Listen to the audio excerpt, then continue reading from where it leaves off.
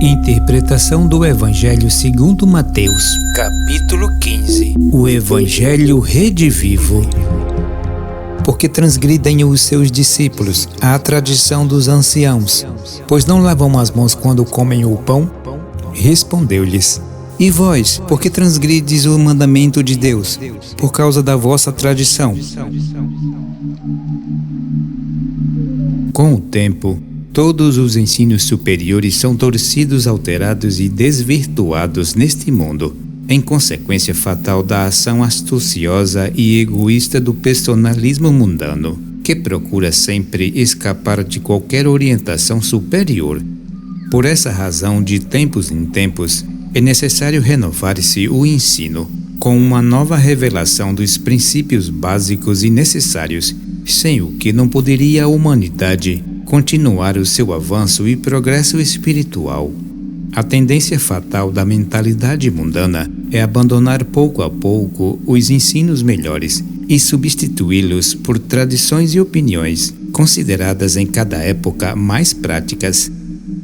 É assim que pouco a pouco os melhores ensinos se materializam e se afastam da sua base original, que por fim é esquecida e abandonada. Com o cristianismo, deu-se a mesma coisa. Se compararmos hoje conscientemente o que se faz e ensina com o nome de cristianismo com os simples termos dos evangelhos, ficaremos dolorosamente impressionados.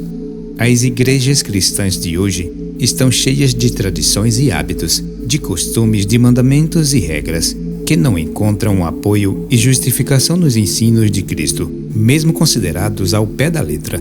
As muitas tradições substituíram os legítimos ensinos e regras recomendados pelo Divino Mestre. Já não se pratica o cristianismo de Cristo. No tempo de Jesus, as muitas tradições afastaram a religião judaica dos ensinos de Moisés. Tal como hoje, as religiões cristãs se afastam dos ensinos de Cristo. Como naqueles tempos, dá-se hoje demasiado valor a coisas insignificantes, a hábitos e costumes tradicionais, formados ao sabor de circunstâncias e interesses ocasionais, e deixa-se ao abandono os princípios fundamentais do cristianismo, que nem sequer são lembrados. Os próprios ensinos de Cristo são torcidos e interpretados ao sabor dos desejos e interesses de cada grupo, e esse mal ver de longe, pois já era apontado por São Paulo. Hipócritas, bem profetizou de vós Isaías: Este povo honra-me com os lábios, mas o seu coração está longe de mim. Adoraram-me, porém em vão, ensinando doutrinas que são preceitos de homens. Usando palavras de Isaías do Antigo Testamento, aponta Cristo a verdadeira situação religiosa daquela época. Mas ainda hoje a situação é a mesma, apenas com um novo rótulo. As palavras de Isaías ainda hoje são uma terrível realidade. Dentro do cristianismo, a história se repete. Procura-se a todo transe encobrir e disfarçar a realidade dos ensinos de Cristo, substituindo-os por ideias práticas e oportunas, forjadas por um intelectualismo astucioso e interesseiro, cheio de pretensões e de considerações. Essa tendência não afeta apenas as religiões atuais.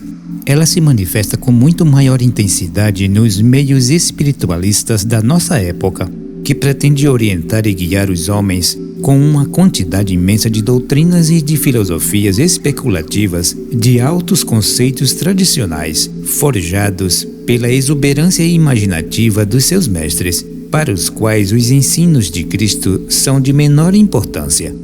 Incapazes de compreender a grandeza e o valor real dos ensinos de Cristo, contra os quais se chocam, preferem forjar doutrinas e filosofias mais atrativas e convenientes aos seus interesses intelectuais e mundanos. Com seus adeptos e seguidores desprevenidos e de boa fé, formam religiões, conquistam fortunas e prestígio.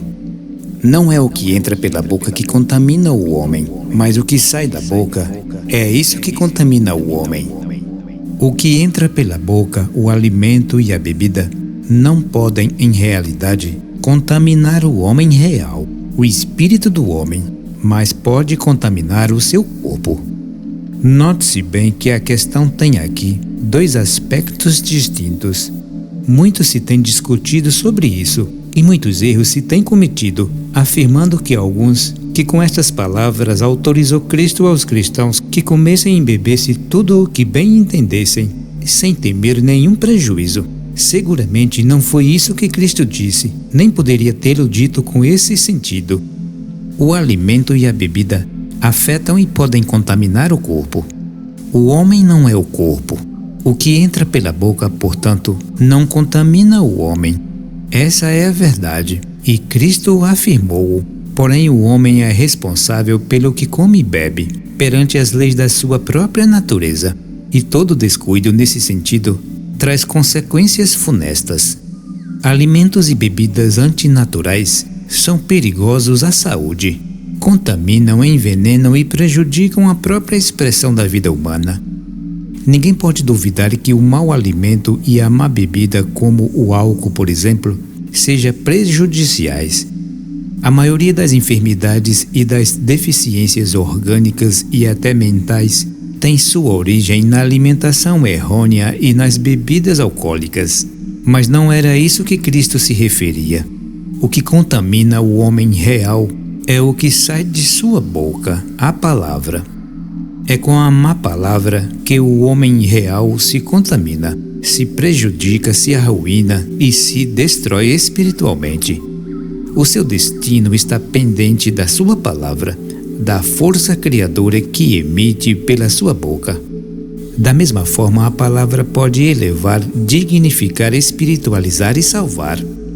De todas as questões bem esclarecidas pelo esoterismo rosacruciano, nenhuma é tão importante e tão necessária. Saber empregar a palavra sabiamente é o primeiro passo do esoterismo prático e da verdadeira espiritualidade. Para o homem que é capaz de dominar a sua palavra e fala unicamente o que convém, o sucesso está assegurado, seja qual for a direção que escolha. Em qualquer circunstância, é sempre a palavra, o poder criador expresso, que determinará o sucesso ou fracasso. Sabes que os fariseus, ouvindo o que disseste, ficaram escandalizados? Em todos os tempos, a palavra da verdade escandalizou o homem comum, incapaz de compreendê-la. Já nos tempos de Jesus, os fariseus, os mestres do formalismo religioso, não suportavam as palavras de uma verdade superior, para as quais não estavam preparados. O mesmo acontece nos nossos tempos. Os ensinos superiores chocam-se contra os preconceitos, hábitos e tradições dos fariseus de hoje, que se escandalizam e se revoltam instintivamente.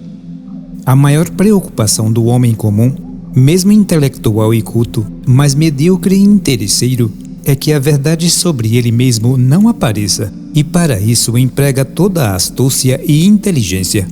Diante de uma verdade que atinja os seus pontos fracos, o seu personalismo e interesses, sente-se naturalmente ofendido, escandalizado e revoltado. É por isso que os ensinos superiores não podem e não devem ser expostos, senão a homens preparados e em condições de compreendê-los, sem grandes choques e perturbações. Por isso, os ensinos esotéricos foram, em todos os tempos, apresentados de uma forma velada, para que somente aqueles que estivessem preparados pudessem entendê-los. O cristianismo seguiu a mesma regra e desde a sua origem conservou-se velado sob figuras e símbolos que o estudante preparado pode interpretar.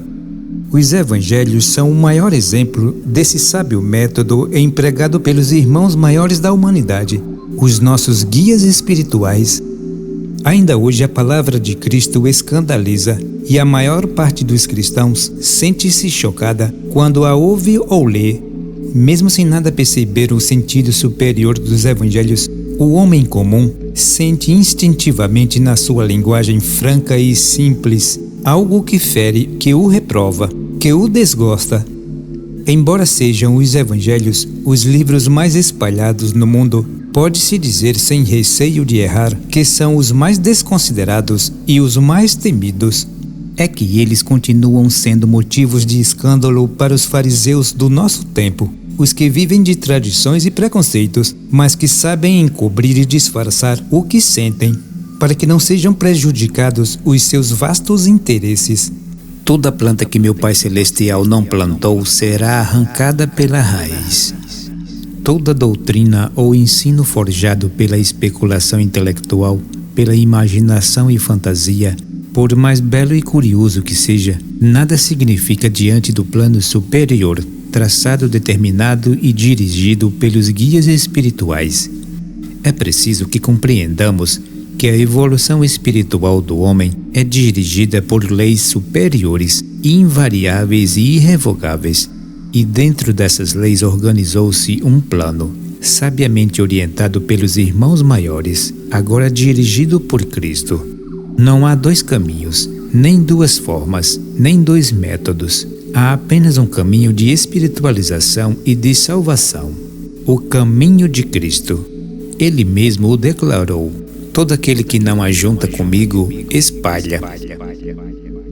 Vivemos numa época extraordinária, em que se oferecem as mais variadas e contraditórias doutrinas e ensinos, prometendo todas elas maravilhosos resultados espirituais.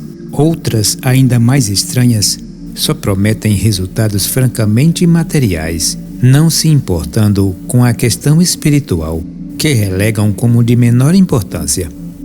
O que lhes interessa é o engrandecimento do personalismo. O que caracteriza, porém, essas doutrinas e ensinos é o desconhecimento dos evangelhos e dos ensinos de Cristo. Pela declaração de Cristo, podes compreender que toda doutrina ou ensino que não contribui para o desenvolvimento do seu plano de salvação só poderá produzir maior confusão e desarmonia entre os homens, dificultando ainda mais a sua marcha evolutiva. Por isso terão de ser arrancadas pela raiz, isto é, logo chegam ao seu fim, rápido e violento. Se examinarmos a história do mundo, especialmente desde a vinda de Cristo, veremos que esse foi realmente o fim de todas as doutrinas apresentadas ao mundo ocidental, contrariando os princípios fundamentais do cristianismo. Deixa-os, são cegos, guias de cegos. Se um cego guiar outro cego, cairão ambos no mesmo buraco. A falta de entendimento espiritual é uma cegueira, e nesse sentido, pode-se afirmar que a humanidade caminha às cegas, porque é incapaz de ver a realidade. A imaginação e a inteligência, voltada quase exclusivamente para o lado material da existência, não permitem que a consciência se eleve além dos acanhados limites de um raciocínio concreto. E o homem tornou-se cego a toda a realidade espiritual. Há muito tempo que a humanidade cega vem sendo guiada por cegos, pelo frio raciocínio intelectual e materialista, pela astúcia e vaidade do personalismo, sem entendimento espiritual, e essa é a causa principal de todos os males e sofrimentos da nossa época. Apenas para constatar um fato, não podemos deixar de reconhecer o materialismo que domina a orientação religiosa dos nossos tempos. Guias cegos pretendem guiar outros cegos, e certamente acontecerá o que Cristo predisse: cairão todos no buraco, ou melhor, cairão todos para um desastre de proporções incalculáveis. Porém, isto estava previsto pelos irmãos maiores, e suas providências sábias e justas se farão sentir em toda a oportunidade e quando for necessário. A humanidade precisa dessas experiências, deve suportar as consequências do seu destino, criado pelas suas próprias mãos, e deve aprender suas lições livremente. O que nos importa, porém, perceber é que a nossa época, mais do que nunca, é caracterizada pelo aparecimento por toda parte de mestres e guias cegos, pretendendo guiar e orientar outros para um pseudo-espiritualismo baseado exclusivamente em opiniões pessoais, em pretensões intelectuais, em vaidades e interesses de toda ordem. Na fantasia, na imaginação e no romance, apoiam-se os guias e mestres desse pretenso espiritualismo, que hoje conduz um número considerável de estudantes para um caos ainda maior, para desilusões de toda sorte. Espiritualismo não é fantasia, não é imaginação, não é romance. Ele respondeu: não é bom tomar o pão dos filhos e lançá-lo aos cachorrinhos. Ela, porém, explicou: assim é o Senhor, mas até os cachorrinhos comem das migalhas que caem na mesa dos seus donos. A aparente dureza deste trecho mostra bem que a ação salvadora das forças de Cristo não pode aplicar senão àqueles cujo grau de desenvolvimento espiritual o permita. Só por uma exceção, por força de uma lei ainda mais alta, é possível a atuação da força de Cristo sobre um indivíduo de condição espiritual inferior. Ainda nos nossos tempos, uma grande parte da humanidade não pode ainda receber a influência direta de Cristo. Não atingiu ainda o grau de evolução que permita uma influência superior e deve preparar-se ainda por algum tempo. Contudo, uma grande fé demonstrada, uma sincera demonstração de confiança, pode colocar um indivíduo pouco desenvolvido em condições de receber o auxílio direto de Cristo, como aconteceu com a mulher cananeia, ainda mais porque ela não veio pedir para si mesma, mas para uma filha enferma.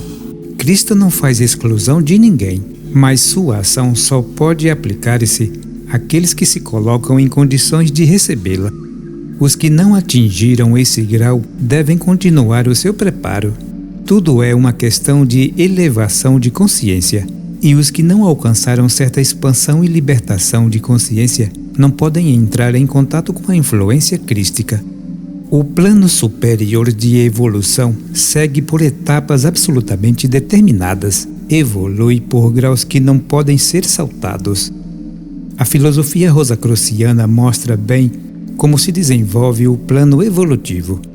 Antes de se tornar-se possível a intervenção de Cristo, deve o indivíduo libertar-se ao menos em certa extensão da influência de Jeová e dos espíritos de raça, que domina o homem através do seu corpo de desejos.